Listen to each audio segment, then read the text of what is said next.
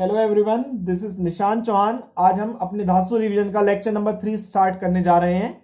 और जो हमारा टॉपिक है वो है हमारा motion in one dimension, that is motion in आपका सीधे सीधे कह सकते हैं लीनियर टाइप मोशन, ठीक है, या फिर motion in a straight line. अब इसके अंदर हम क्या क्या पढ़ेंगे, पहले हम उसके बारे में बात कर लेते हैं। सबसे पहले हम इक्वेशन ऑफ मोशन के बारे में जानेंगे। देन इक्वेशन ऑफ मोशन की हेल्प से प्रॉब्लम कैसे सॉल्व करेंगे, किस टाइप की प्रॉब्लम होंगी आपकी। आफ्टर दैट हम मोशन अंडर ग्रेविटी के बारे में बात करेंगे। एंड एट लास्ट हम रिलेटिव वेलोसिटी के कॉन्सेप्ट के बारे में बात करेंगे और उसकी जो डिफरेंट टाइप्स ऑफ प्रॉब्लम आती हैं उसके बारे में बात करेंगे। आज की वीडियो लेक्चर में केवल और केवल कॉन्सेप्ट डिस्कस किया जाएगा विद एग्जांपल्स। देन जो नेक्स्ट लेक्चर होगा हमारा, उस लेक्चर में मोशन इन वन डायमेंशन से रिलेटेड 2010 से लेके 2019 तक जो भी प्रॉब्लम आपकी नीट और आईआईटी मेंस के एग्जाम में आई हुई है उसे डिस्कस किया जाएगा। अगर आप लोगों ने अभी तक हमारा चैनल सब्सक्राइब नहीं किया है तो प्लीज चैनल को सब्सक्राइब करें, बेल आइकन प्रेस करना ना भूलें। साथ साथ डिस्क्रिप्शन बॉक्स में टेलीग्राम का लिंक है, उसे जरूर ज्वाइन करें। चलिए स्टार्ट करते हैं। अगर हम मोशन की बात करें तो मोशन को हम बेसिकली दो कैटेगरी में डिवाइड करते हैं। किस किस कैटेगरी में? अगर आपका एक्सेलेरेशन कांस्टेंट है, कैटेगरी नंबर 1, या फिर आपका जो एक्सेलेरेशन है वो वेरिएबल है। अगर एक्सेलेरेशन कांस्टेंट मतलब क्या?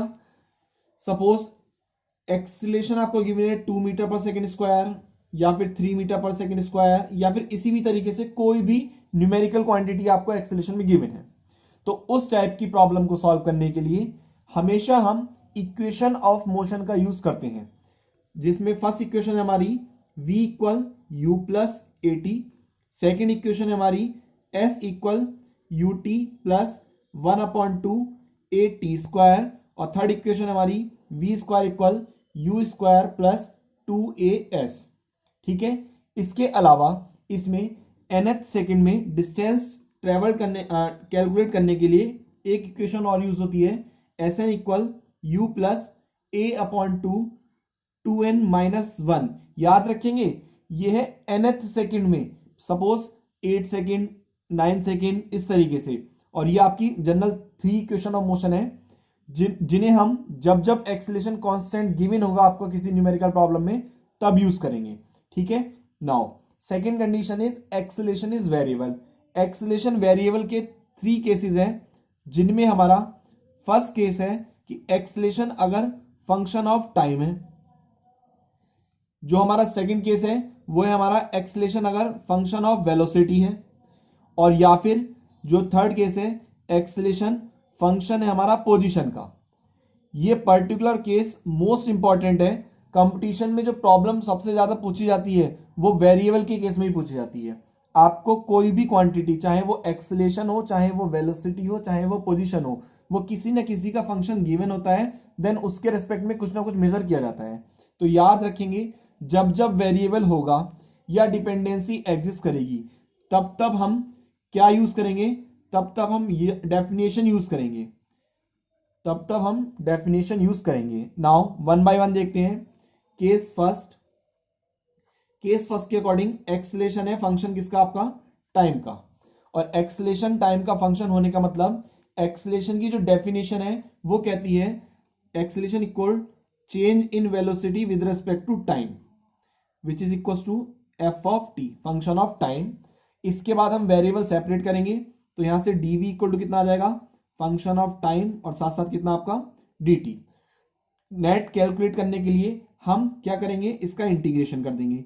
जो भी क्वेश्चन में लिमिट्स गिवन होंगी उन लिमिट्स के रिस्पेक्ट में हम इसका क्या करेंगे, इंटीग्रेशन कर देंगे। नाउ केस सेकंड की बात करते हैं।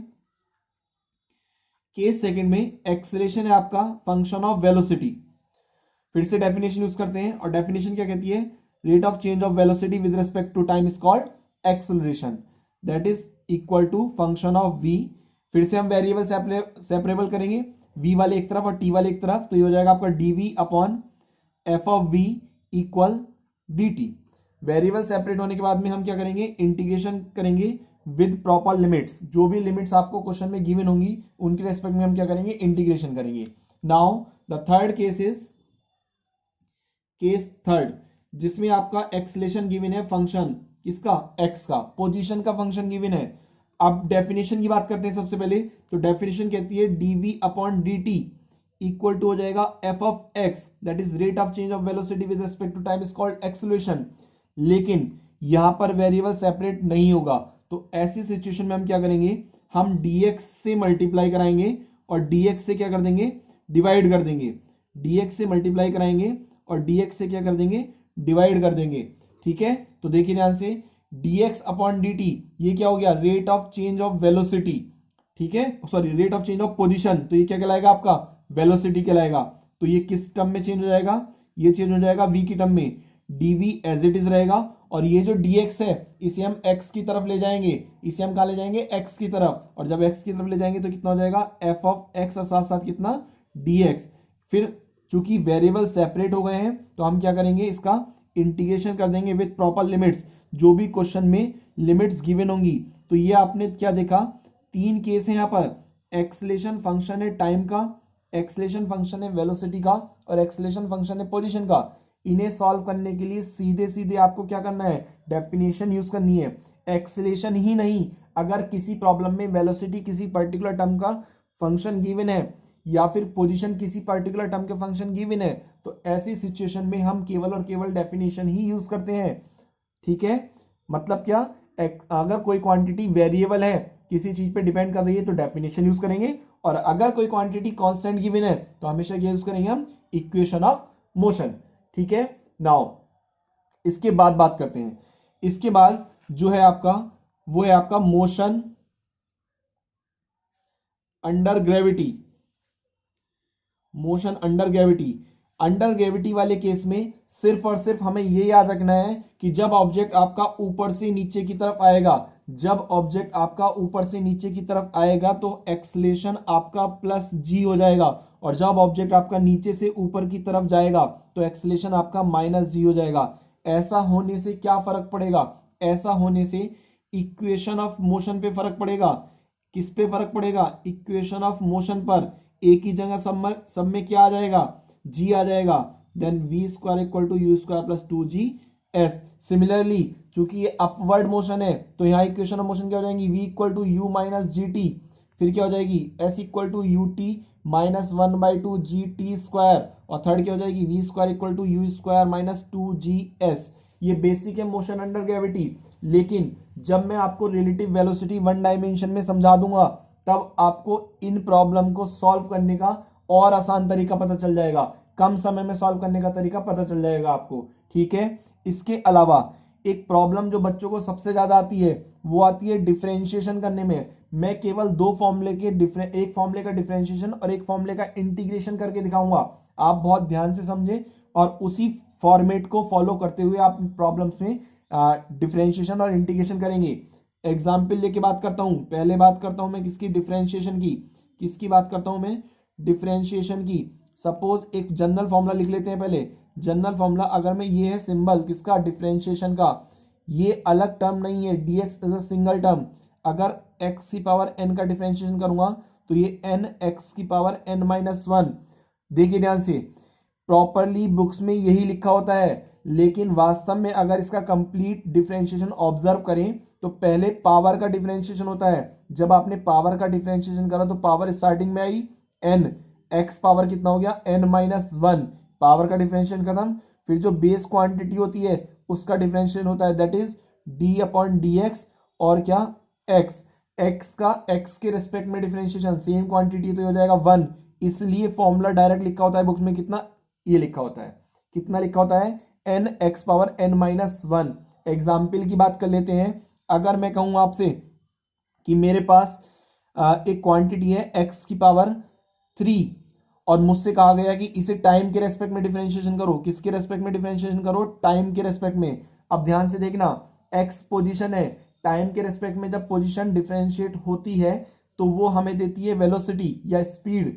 ठीक है, तो देखो ध्यान से, पहले होगा पावर का, पावर है 3, तो according to formula 3x power 3 minus 1, ये तो हो गया पावर का। अब बचा x, x का t के रेस्पेक्ट में करेंगे तो कितना होगा, dx अपॉन dt। चूंकि यहाँ पर x का x के रेस्पेक्ट में करा था तो वो तो 1 मिल गया था, तो उसे हमने लिखा नहीं था, लेकिन यहाँ x का हमने t के रेस्पेक्ट में करा है, तो ये क्या मिला dx अपॉन dt, जो क्या कहलाती है आपकी स्पीड या वेलोसिटी। सेम एज एक एग्जाम्पल लेता हूं मैं किसका, इंटीग्रेशन का। किसका एग्जाम्पल लेते हैं, इंटीग्रेशन का।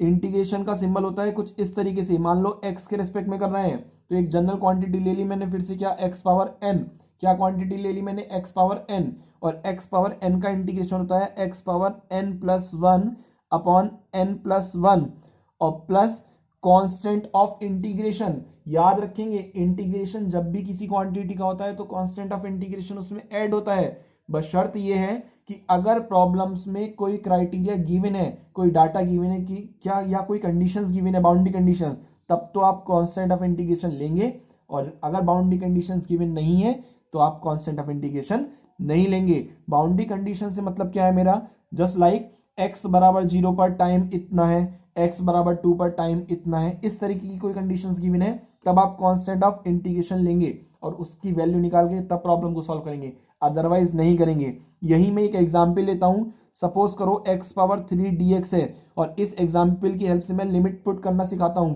यहां मैंने लिमिट ले ली 1 से लेके 2 तक, ये इसकी लोअर लिमिट कहलाएगी, ये इसकी अपर लिमिट कहलाएगी।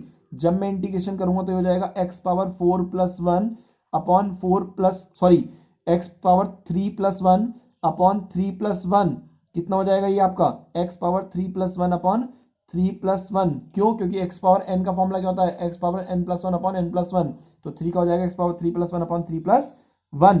लिमिट कहां से कहां तक, 1 से लेके 2 तक, तो ये हो गया आपका कितना x पावर 3 अपॉन 3, लिमिट 1 से लेके कहां तक, 2 तक। और जैसे ही हम इस लिमिट को पुट करेंगे, और जैसे ही हम इस लिमिट को पुट करेंगे तो x की जगह पहले आएगा 2, तो ये हो जाएगा 2 की पावर 3 अपॉन 3, फिर आ जाएगा 1 माइनस 1 की पावर 3 अपॉन 3।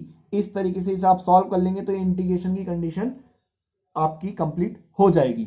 नाउ अब हम बात करते हैं the most important topic relative velocity पर। अब हम किस पे बात करेंगे, the most important topic relative velocity पर। आप लोगों को एकेडमिक लेवल पे जब रिलेटिव वेलोसिटी पढ़ाई जाती है तो केवल बेसिक कॉन्सेप्ट बता के प्रॉब्लम को सॉल्व कराया जाता है। यहां मैं क्या करूंगा, टाइप्स ऑफ प्रॉब्लम भी डिस्कस करूंगा और साथ साथ आपको बेसिक कॉन्सेप्ट भी बताऊंगा। किसका, रिलेटिव वेलोसिटी। बहुत ध्यान से समझेंगे, रिलेटिव वेलोसिटी को समझने से पहले एक टर्म होती है जिसका समझना बहुत ज्यादा जरूरी है, क्योंकि उस टर्म के रिस्पेक्ट में ही आप अपना डेली लाइफ ऑब्जर्वेशन करते हैं किसी भी ऑब्जेक्ट का। वो टर्म होती है आपकी फ्रेम ऑफ रेफरेंस। क्या होती है वो टर्म आपकी, फ्रेम ऑफ रेफरेंस। ज्यादा डिटेल में तो जब हम न्यूटन्स लॉ पढ़ेंगे तब पढ़ेंगे, लेकिन अभी हम सिर्फ इस शब्द का मीनिंग जानेंगे और इसकी क्या एप्लीकेशन है उसके बारे में बात करेंगे। देखिए ध्यान से, किसी भी ऑब्जेक्ट की पोजीशन को डिस्क्राइब करने के लिए, किसी भी ऑब्जेक्ट की पोजीशन को, एग्जैक्ट पोजीशन को डिस्क्राइब करने के लिए जिस फ्रेम को कंसीडर किया जाता है वही फ्रेम ऑफ रेफरेंस कहलाता है। सपोज एक पार्टिकल यहां पर है आपका, अब मुझे इसकी पोजीशन बतानी है तो मैं क्या करूंगा, एक कोऑर्डिनेट सिस्टम कंसीडर करूंगा, एक कोऑर्डिनेट सिस्टम कंसीडर करूंगा।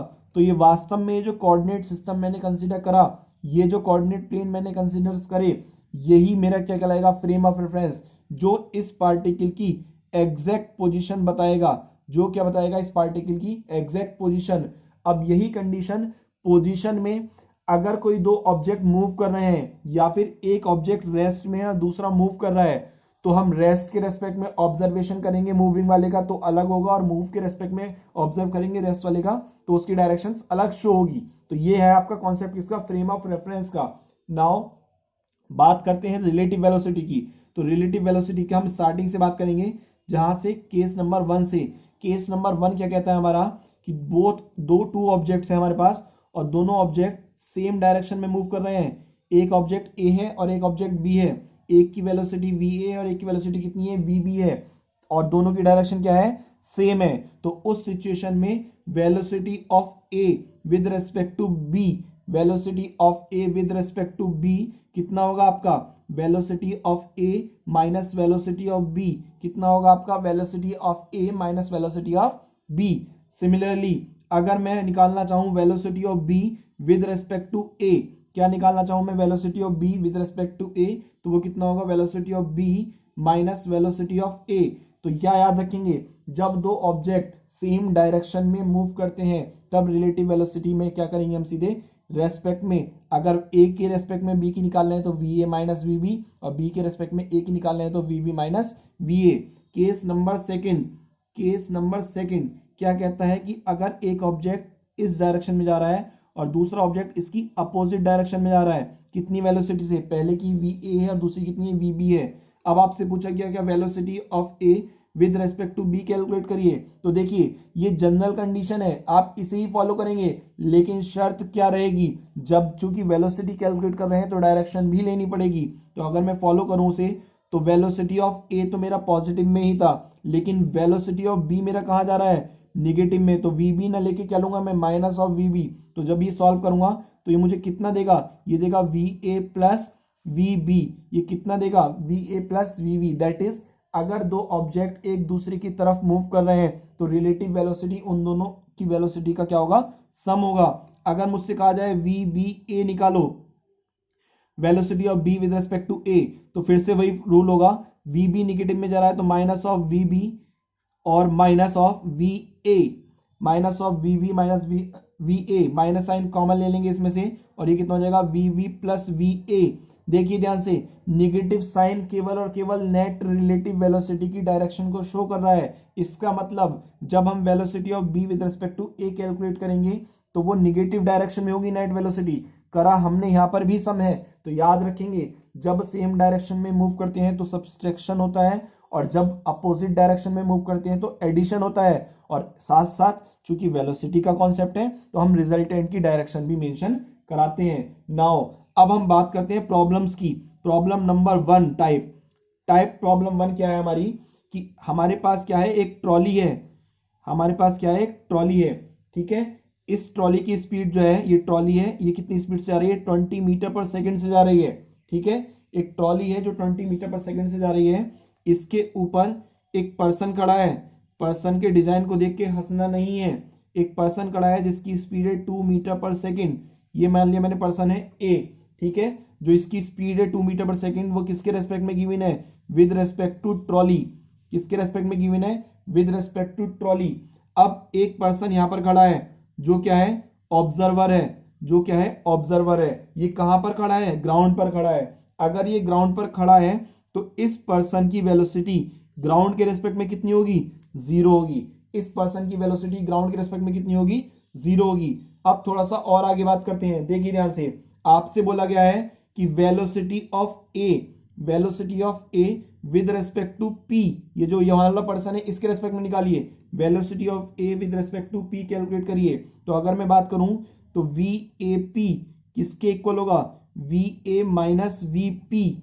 अच्छा एक चीज और देखिए ध्यान से, क्या, जो वेलोसिटी ऑफ ए होगी जब रिलेटिव निकालेंगे तो ये भी ग्राउंड के रेस्पेक्ट में ली जाएगी और ये भी किसके रेस्पेक्ट में ली जाएगी, ग्राउंड के रेस्पेक्ट में ली जाएगी।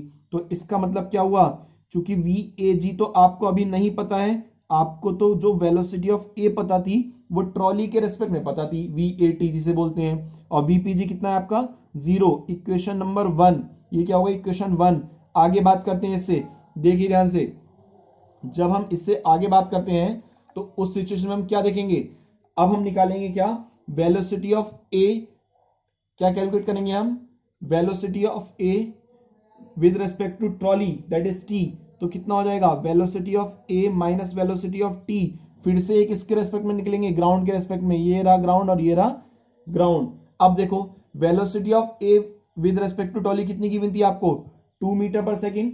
Velocity of A with respect to ground आपको कैलकुलेट करनी है, और velocity of T with respect to ground कितनी गिवन आपको, माइनस का साइन तो इसके लिए, और कितनी है 20 मीटर पर सेकंड। तो यहां से velocity of A with respect to ground कितनी आ गई आपकी, 22 मीटर पर सेकंड। और यही जो वेलोसिटी है A with respect to ground वो किसके इक्वल है, velocity of A with respect to P के इक्वल। इसका मतलब फ्रॉम इक्वेशन 1 इक्वेशन 1 क्या रह गई थी हमारी, V A P equal to किसके, वी ए जी, और ये कितना आ गया 22 मीटर पर सेकेंड। ये तो हो गया प्रॉपर सॉल्यूशन। अब बात करते हैं शॉर्ट ट्रिक की, ध्यान से देखेंगे, इन शॉर्ट ट्रिक्स को दिमाग में बसा लीजिए, कंपटीशन में कम समय में प्रॉब्लम सॉल्व हो जाएगी। 20 मीटर पर सेकंड से ट्रॉली जा रही थी, 2 मीटर पर सेकंड से ये फ्लो कर रहा था, दोनों वेक्टर सेम डायरेक्शन में है, दोनों वेक्टर सेम डायरेक्शन में है, तो रेस्ट में जो पर्सन खड़ा होगा उसके अकॉर्डिंग तो दो वेक्टर हैं जो सेम डायरेक्शन में जा रहे हैं, और अगर वेक्टर सेम डायरेक्शन में होते हैं तो उनका क्या कर देते हैं, ऐड कर देते हैं। तो 20 + 2 कितना हो गया, 22 मीटर पर सेकंड। ये थी हमारी टाइप ऑफ प्रॉब्लम नंबर 1। अब हम बात करते हैं प्रॉब्लम नंबर 2 की, बहुत ध्यान से समझेंगे।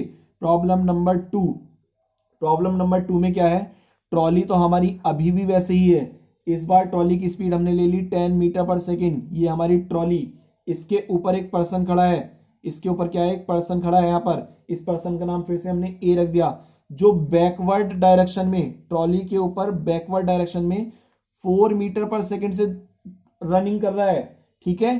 साथ साथ एक फर्स्ट क्लास कार फरारी ये मूव कर रही है इस तरफ, ये आपकी फरारी 20 मीटर पर सेकंड से टुवर्ड्स ट्रॉली मूव कर रही है।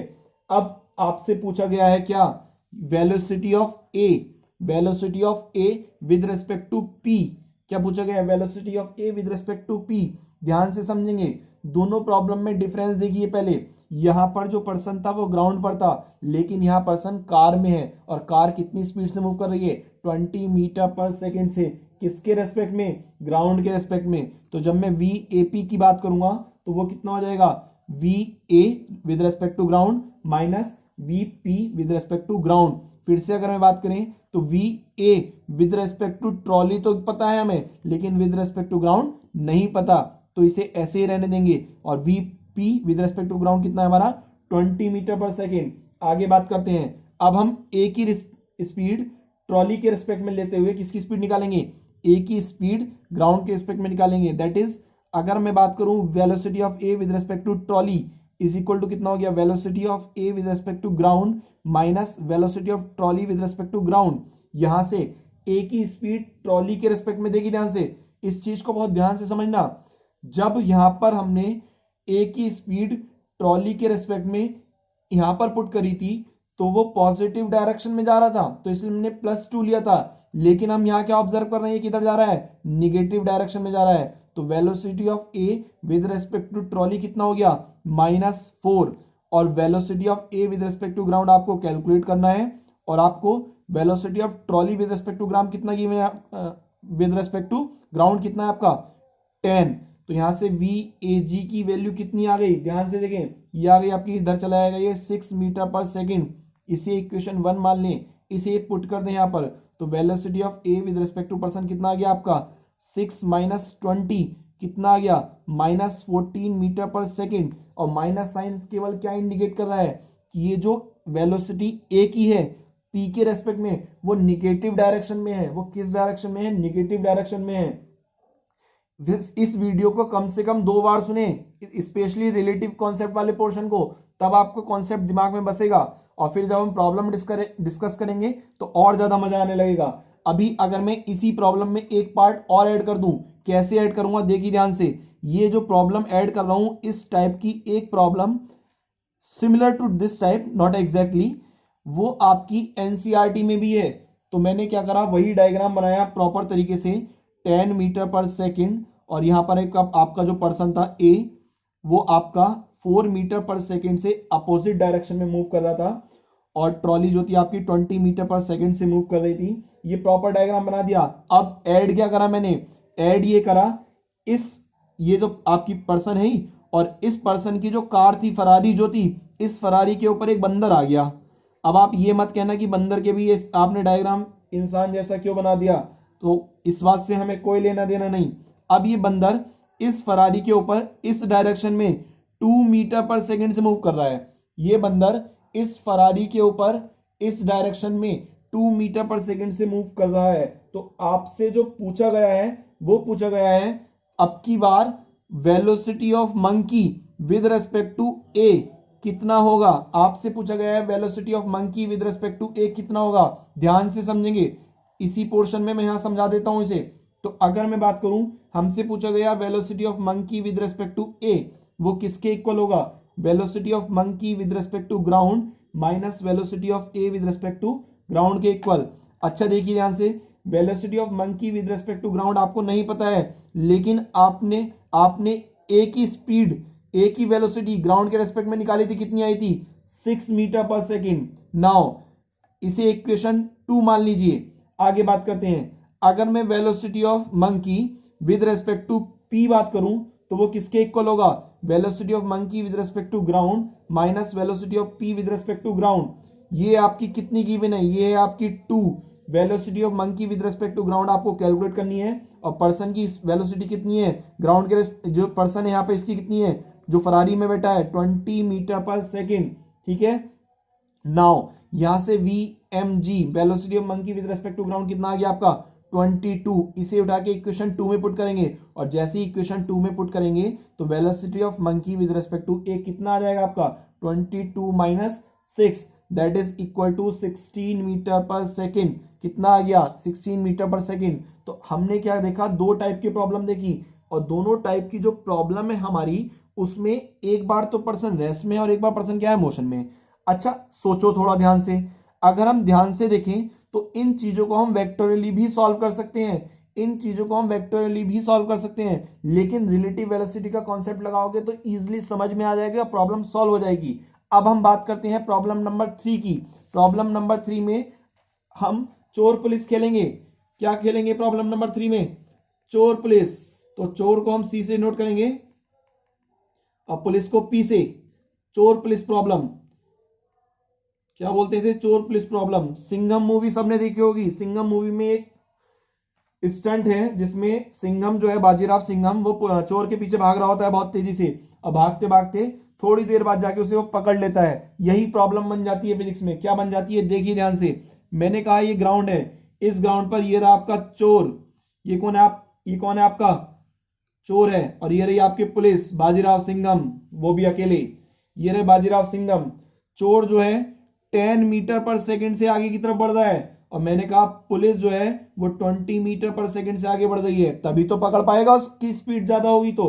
अब आपसे बोला गया कि कितने टाइम बाद ये एक दूसरे को पकड़ लेंगे, जबकि इनिशियल सेपरेशन मैंने मान लिया कितना है 100 मीटर है। इनिशियल सेपरेशन कितना है 100 मीटर है। तो मैंने माना, क्या माना मैंने, let after time T, let after time T चोर ने पुलिस को पकड़ लिया, तो जब पकड़ेंगे तो गले ही मिलेंगे। लो जी मिला दिए गले, और जब गले मिल गए, ये रहा पुलिस और ये रहा चोर। ठीक है, तो कितने टाइम बाद मिले, टी टाइम बाद। तो सोचो ध्यान से, चोर 10 मीटर पर सेकंड से चल रहा था, टी टाइम में वो यहां पहुंचा, तो उसने कितनी डिस्टेंस ट्रेवल करी 10 इंटू टी। सही है। नाउ पुलिस 20 मीटर पर सेकंड से चल रही थी, टी टाइम में यहां पहुंची, तो पुलिस ने कितनी डिस्टेंस ट्रेवल करी 20 टी। Is it clear. और अगर ध्यान से देखो तो 20 टी किसके इक्वल आ रहा है 10 टी प्लस 100। तो 20 T equal 10 T plus 100 metre, क्योंकि सारी डिस्टेंस यहां से, तो ये हो जाएगा 10 टी इक्वल 100, और टी कितना आ गया 10 सेकेंड। इसका मतलब ये हुआ 10 सेकेंड के अंदर बाजीराव सिंघम चोर के ऊपर लठ की बारिश कर देंगे। ठीक है। Now problem number 4। प्रॉब्लम 4 में क्या कहा गया, अब की बार स्पीड ना देखे चोर की, एक्सेलेरेशन गिवन कर दिया। अब की बार चोर की स्पीड ना देखे क्या गिवन कर दिया, एक्सेलेरेशन गिवन कर दिया। तो देखिए ध्यान से क्या करा, तो ये रहा आपका चोर जिसकी इनिशियल स्पीड कितनी थी 0 थी, और जैसे ही इसने बाजीराव सिंघम को देखो तो 1 मीटर पर सेकंड स्क्वायर की स्पीड से आगे की तरफ चलने लगा। ये रहे हमारे सिंघम बाबू। ठीक है, ये रहे पुलिस, कितनी स्पीड से चल रहे हैं 20 मीटर पर सेकंड से चल रहे हैं, और इनके बीच की जो डिस्टेंस है इनिशियली वो मान लिया हमने 150 मीटर है। कितनी है 150 मीटर है। फिर से वही कहानी, आपसे पूछा गया कि after how much time Singham catching चोर, मतलब सिंघम चोर को पकड़ लेगा। तो फिर से हमने मान लिया टी टाइम बाद दोनों गले मिलेंगे। ये रहे आपके पुलिस बाबू और ये रहे आपके चोर। कितने टाइम बाद मान लिया हमने टी टाइम बाद। तो अब ध्यान से समझेंगे, चूंकि पुलिस 20 मीटर पर सेकंड से चल रही थी, तो टी टाइम में जो डिस्टेंस ट्रेवल करेगी पुलिस वो कितने करेगी 20 टी। कितनी डिस्टेंस ट्रेवल करेगी 20 टी। लेकिन यहां पर स्पीड नहीं गिवन थी, तो कोई बात नहीं, हमने इक्वेशन ऑफ मोशन में अभी मैंने स्टार्टिंग में कॉन्सेप्ट बताया था। क्या बताया था, जब एक्सेलेरेशन कांस्टेंट गिवन हो, एक्सेलेरेशन कांस्टेंट गिवन हो, तो उस सिचुएशन में हम क्या करते हैं, हम उस सिचुएशन में इक्वेशन ऑफ मोशन का यूज करते हैं। तो वही हम यहां पर करेंगे। तो देखो यही कर देते हैं। तो s इक्वल टू कितना हो गया, इनिशियल वेलोसिटी u 0, तो पहली टर्म तो 0 हो गई, प्लस 1/2 इंटू ए कितना है 1 और मल्टीप्लाइड बाई टी स्क्वायर, ये आ गई डिस्टेंस ट्रेवल। फिर से देखो 20t किसके इक्वल है, 150 प्लस दिस डिस्टेंस, तो 20t equal 150 plus 1/2 T square. ठीक है, इसे जब हम सॉल्व करेंगे तो एक क्वाड्रेटिक इक्वेशन बनेगी, दैट इज टी स्क्वायर कितना हो जाएगा, ये 20 टू ज़ा 40t, और ये कितना हो जाएगा प्लस 300 इक्वल 0। इसके फैक्टर कर लो तो ये हो जाएंगे T square minus 30t minus 10t plus 300 equal 0। इसे और सॉल्व करते हैं, जब इसे हम फर्दर सॉल्व करते हैं तो यहां से t की दो वैल्यू आएंगी, एक तो आएगी 10 सेकेंड, अब आएगी एक 30 सेकेंड। अब दो वैल्यू है टाइम की, क्या कंडीशंस रही होगी, सोचो ध्यान से। चूंकि चोर जो है वो 1 मीटर पर सेकेंड स्क्वायर से चल रहा है, ठीक है, तो फिर से बाजीराव सिंघम याद करो। तो सिंघम जो है जब चोर के पास से पहले भागते हुए आगे निकलता है, तो इसका मतलब जब वो उसके पास होगा तो 10 मीटर पर सेकेंड स्पीड 10 सेकेंड में पहुंच गया होगा वो, और जब वो आगे निकल के उसके चपत मारता है हवा में उड़ के, तो वो कितनी देर में मारा होगा, 30 सेकेंड में। मतलब एग्जैक्ट टाइम ऑफ मीटिंग कितनी होगी, 30 सेकेंड, और इनिशियल टाइम ऑफ मीट कितना होगा, 10 सेकेंड। ठीक है, नाउ नेक्स्ट प्रॉब्लम डिस्कस करते हैं, मोशन अंडर ग्रेविटी से रिलेटेड। मैंने आपको बताया था कि जब आप रिलेटिव वेलोसिटी के, देखिए ये रिलेटिव वेलोसिटी की वन डायमेंशन की सफिशिएंट प्रॉब्लम है। मेनली जो कंपटीशन पर्पज से बहुत ज्यादा इंपॉर्टेंट है वो 2 डायमेंशन की प्रॉब्लम इंपॉर्टेंट है। ठीक है, तो अगली प्रॉब्लम बात करते हैं। इसमें क्या है, एक पर्टिकुलर हाइट पर से दो ऑब्जेक्ट हैं, एक ऑब्जेक्ट ए एक ऑब्जेक्ट बी, ये रेस्ट से ड्रॉप करा जा रहा है, ये नीचे की तरफ आएगा, एक्सेलेरेशन कितना होगा, जी होगा। ये भी 3 मीटर पर सेकेंड से नीचे की तरफ आ रहा है, तो एक्सेलेरेशन और कितना होगा, इसका भी जी होगा। इसकी इनिशियल स्पीड 3 मीटर पर सेकेंड थी, इसकी इनिशियल स्पीड कितनी थी, 0। आपसे बोला गया कि फाइंड करो separation between A and B after 5 second. After 5 second separation calculate करने को के लिए बोला गया आपसे। तो सबसे पहले हम क्या करेंगे, सबसे पहले हम रिलेटिव एक्सीलरेशन कैलकुलेट करेंगे।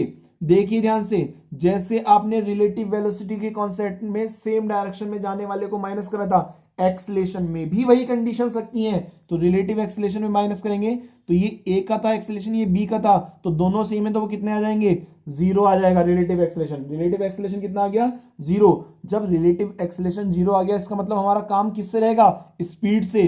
अब हम फाइंड करेंगे क्या, रिलेटिव स्पीड या relative velocity, that is v a b equal velocity, v a b equal कितना, v a minus v b. फिर से देखेंगे ध्यान से, वी ए तो कितना है, 0 है, ऑब्जेक्ट ए की कितनी है वेलोसिटी, 0 है, यू ए बी ले लेंगे आप, इसे 0 है, माइनस बी की कितनी है, 3 मीटर पर सेकेंड, लेकिन वो किस डायरेक्शन में, डाउनवर्ड, और डाउनवर्ड डायरेक्शन में कैसे होती है, माइनस में, माइनस के 3, तो ये कितना आ गया आपका 3 मीटर पर सेकेंड।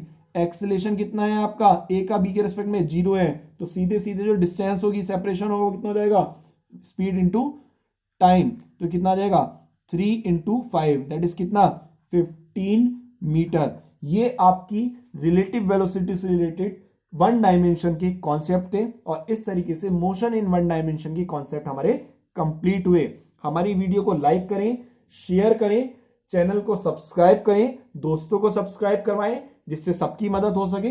ठीक है, इसके अलावा टेलीग्राम चैनल जरूर ज्वाइन करें, क्योंकि जितने भी क्लास नोट्स और न्यूमेरिकल्स दिए जाते हैं वो टेलीग्राम चैनल पे ही दिए जाते हैं। ठीक है, आई होप आप सबको ये वीडियो समझ में आई होगी। सभी लोग फीडबैक जरूर दें। Thank you.